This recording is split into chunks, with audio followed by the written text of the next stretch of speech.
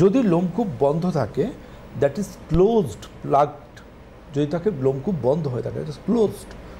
লোমকূপ বন্ধ থাকলে কিন্তু সেটা হচ্ছে হোয়াইট হেডস। বন্ধ থাকলে হোয়াইট হেডস। আর লোমকূপ খোলা থাকলে আসবে ব্ল্যাক হেডস। আচ্ছা, এটা হচ্ছে প্রথম। মুখে যখনই আমরা স্টিম নেব, লোমকূপ খুলে যাবে।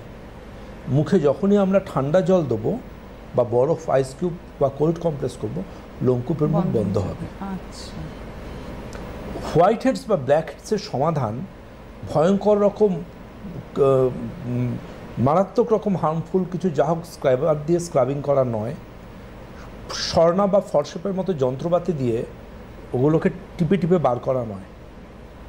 দেখবেন যাদের মুখের মধ্যে না ওপেন পোর্সের সমস্যা থাকে, আই মিন ব্ল্যাক হেডসের সমস্যা থাকে, তাদের কিন্তু লক্ষ্য করে দেখবেন ওটা বার করতে গিয়ে ওটা যখনই তিনি বার করে দেবেন তত দ্রুততার সাথে আবার ওটা আসবে, কারণ লোমকূপের মুখটা তো খোলাই রয়ে গেল।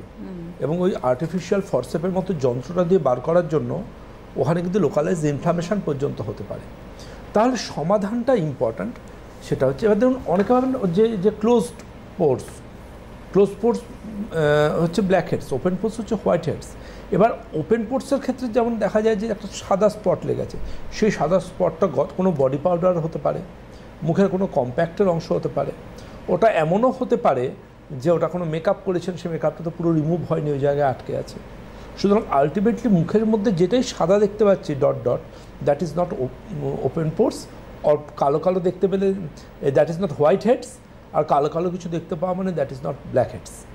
আগে ব্ল্যাক হেডস আর হোয়াইট হেডস কী, কেন, কী জন্যে, কবে এসছে, এগুলো সব জানা বা বোঝা বা শেখার প্রয়োজনীয়তা আছে। তা না হলে কিন্তু ওপেন পোর্সের সমস্যা মানে এটা মাখুন, ব্ল্যাক হেডসের সমস্যা মানে ওটা মাখুন বললে হবে না। এটা কিন্তু আপনাকে ফার্স্ট আমরা কিন্তু এই জায়গাটাকে হাইলাইট করব। জানবেন আমাদের ত্বকের মধ্যে অনেকগুলো লেয়ার থাকে, সেই লেয়ারের একদম আমাদের ত্বককে যে প্রোটেক্ট করে, যা আমাদের গ্ল্যামার ধরে রাখে, সেটা হচ্ছে এপিডার্মাল লেয়ার, যেটা আলো পড়লে ঝকমক করে, মুখে একটা ব্রণ দেখা যায় না, র্যাশ দেখা যায় না, পিগমেন্টেশন দেখা যায় না। খুব সুন্দর প্রোটেক্টিভ লেয়ার হচ্ছে এপিডার্মিস লেয়ার।